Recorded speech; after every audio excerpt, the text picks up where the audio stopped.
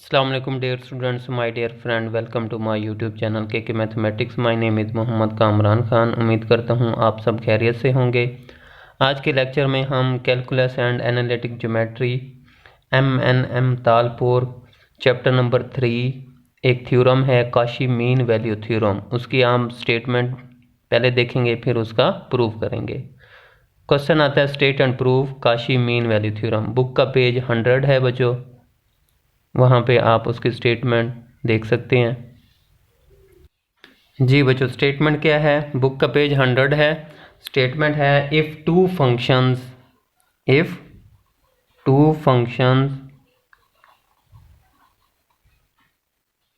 हाँ जी, f of x and g of x.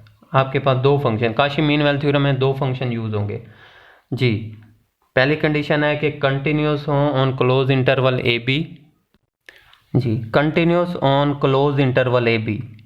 ठीक है, दो फंक्शन f ऑफ एक्स और g ऑफ एक्स क्या हों? पहली कंडीशन है वो कंटिन्यूस हों क्लोज इंटरवल ए बी पर, यानी a पर भी b पर भी और इसके अंदर जितने एलिमेंट्स हैं सब के ऊपर कंटिन्यूस हैं ये दोनों फंक्शन। दूसरी कंडीशन है कि डिफरेंशिएबल हों दोनों फंक्शन f ऑफ एक्स और g ऑफ एक्स, दोनों डिफरेंशिएबल हों on open interval A B. ठीक है, आपको पता है ओपन इंटरवल में बाउंड्री वैल्यू शामिल नहीं आती और क्लोज इंटरवल में बाउंड्री वैल्यूज भी शामिल होती हैं, उसके अंदर सारी होती हैं। तो दो फंक्शन जो डिफरेंशिएबल हैं ओपन इंटरवल ए बी पर, ठीक है, यानी ए और बी इसमें शामिल नहीं होंगे, उसके अंदर अंदर किसी पॉइंट पर ये दोनों डिफरेंशिएबल हैं।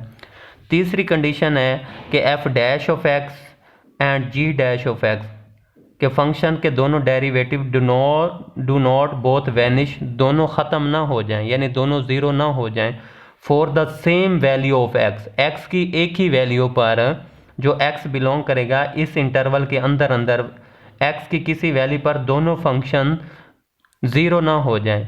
यानी अगर दोनों फंक्शन ज़ीरो हो जाएगा तो फिर ये 0/0 फॉर्म बन जाएगी, यानी दोनों फंक्शन एक्स की एक ही वैल्यू पर ज़ीरो नहीं होने चाहिए।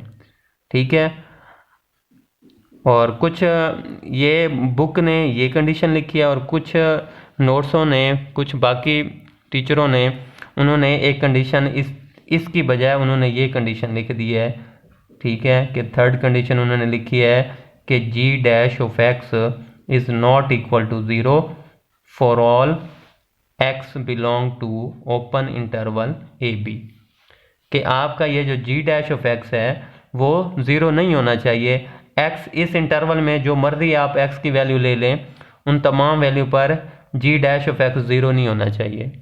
तो बुक वालों ने ये कंडीशन लिखी हुई है, बाकी टीचर्स ने, बाकी प्रोफेसर ने ये कंडीशन लिखी हुई है। ठीक है, तो अगर ये कोई दो फंक्शन ये तीन कंडीशन सेटिस्फाई करते हैं तो फिर क्या होगा?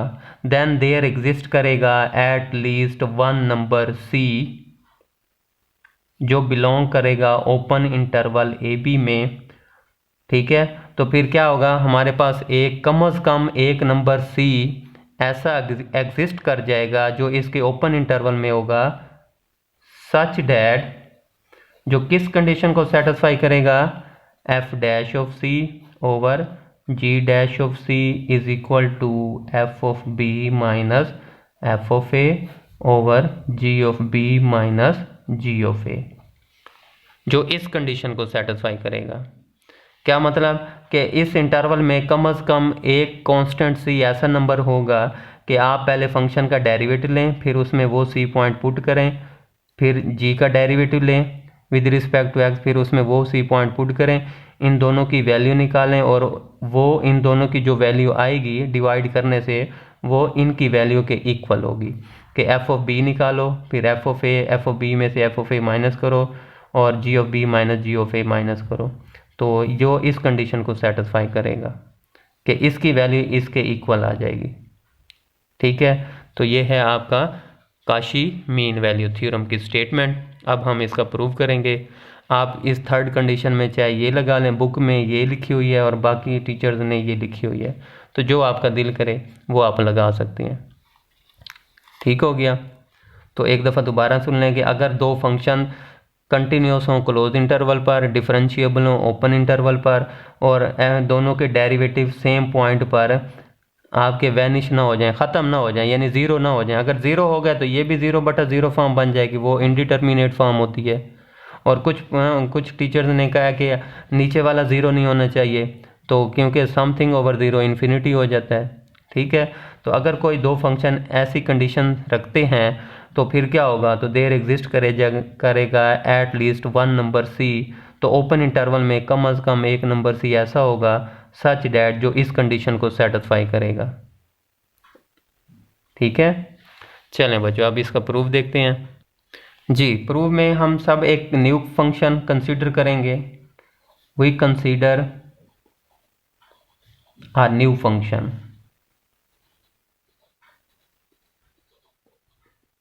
ठीक है, फाई ऑफ एक्स उसका नाम दे देते हैं, वो है M F of x plus N G of x. ये बच्चों मैंने एक न्यू फंक्शन बना लिया है। इन दोनों एफ ऑफ एक्स और जी ऑफ एक्स की हेल्प से मैंने एक फंक्शन फाई ऑफ एक्स बना लिया है। एम और एन कांस्टेंट हैं और हमने इसको कैसे चूज़ करना है, वी चूज़ कांस्टेंट्स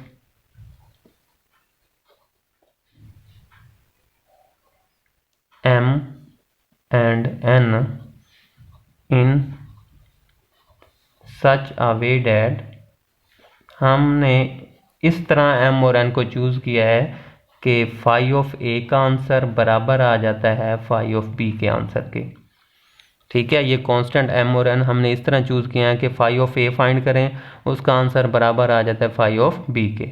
ठीक है, अब ये है आपके पास फाई ऑफ एक्स, इसमें जहाँ जहाँ एक्स है ए पुट कर दें, तो बच्चों फाई ऑफ ए क्या बन जाएगा आपके पास, ये बनेगा बच्चों M F of A plus N G of ए।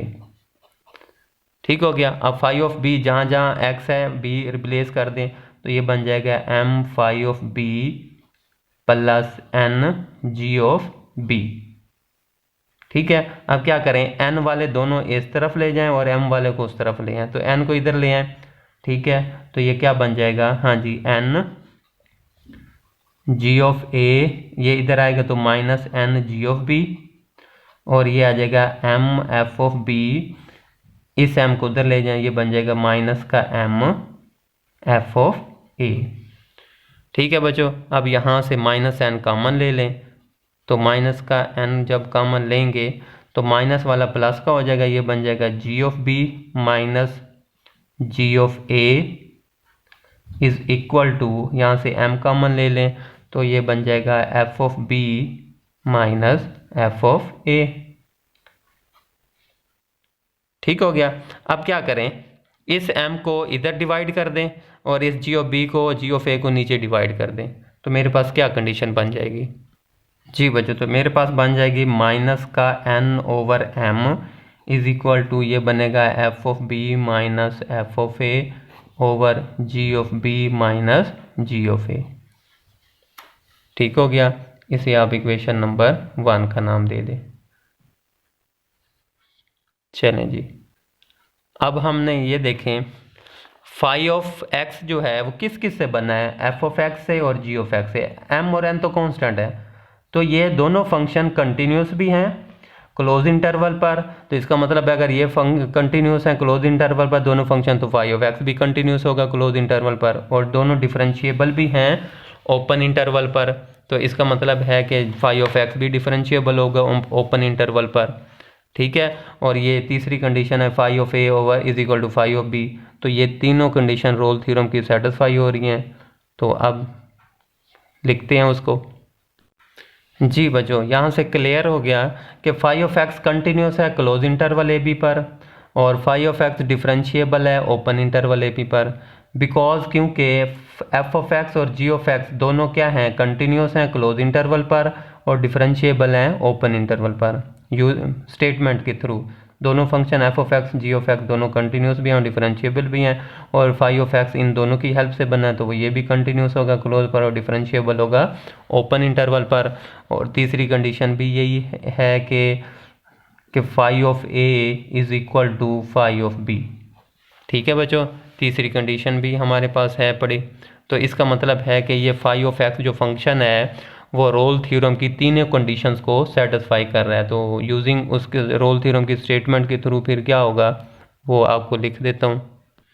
जी बच्चों, तो रोल थ्योरम क्या कहता है? So phi of x satisfied are the all the conditions of Rolle theorem, hence there exist करेगा एट लीस्ट वन नंबर सी जो बिलोंग करेगा open interval A B, यानी सी ए से बड़ा होगा और बी से छोटा होगा।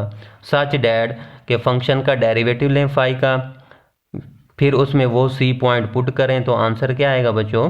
0 आएगा।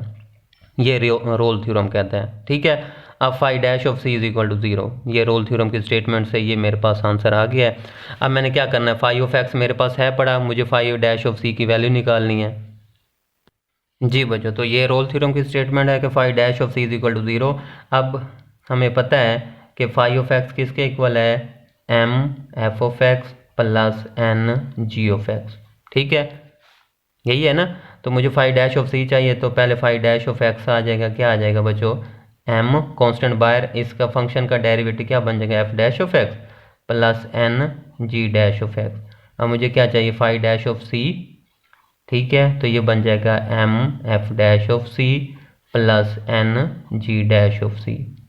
लो बच्चों जी, मेरे पास फाई डैश ऑफ सी का आंसर आ गया, तो यहाँ पे रिप्लेस कर दें तो ये बन जाएगा M F dash of C plus N G dash of C is equal to 0 के। ठीक हो गया। चलें बच्चों, एन को इधर ले जाएं तो ये बन जाएगा M F dash of C is equal to minus N G dash of c. ठीक है, अब जी डैश को नीचे ले आएँ और एम को इधर ले जाएं तो ये बन जाएगा F dash of C over ji dash of C is equal to, हाँ जी, माइनस का एन, एम को नीचे ले आए, माइनस का एन ओवर एम। और आपको पता है माइनस एम और एम फ्रॉम इक्वेशन 1 किसके इक्वल था? ये था F of B minus F of A over ji of B minus ji of A के। तो यहाँ से मेरे पास बच्चों प्रूव हो गया कि F dash of C over ji dash of C is equal to F of B minus F of A over B minus A. तो ये कहाँ से पता चला? फ्रॉम इक्वेशन 1 से। ये है बच्चों मेरी from equation 1। Minus N over M की वैल्यू क्या है? F of B minus F of A over ji of B minus ji of A. तो यहाँ से इसकी वैल्यू यहाँ पे रिप्लेस कर दी, तो हैंस प्रूव। लो बच्चों जी, मेरे पास Cauchy mean value theorem prove हो गया। तो ये था बच्चों काशी मीन वैल्यू थ्योरम, उसकी स्टेटमेंट और उसका प्रूफ देख लें बच्चों।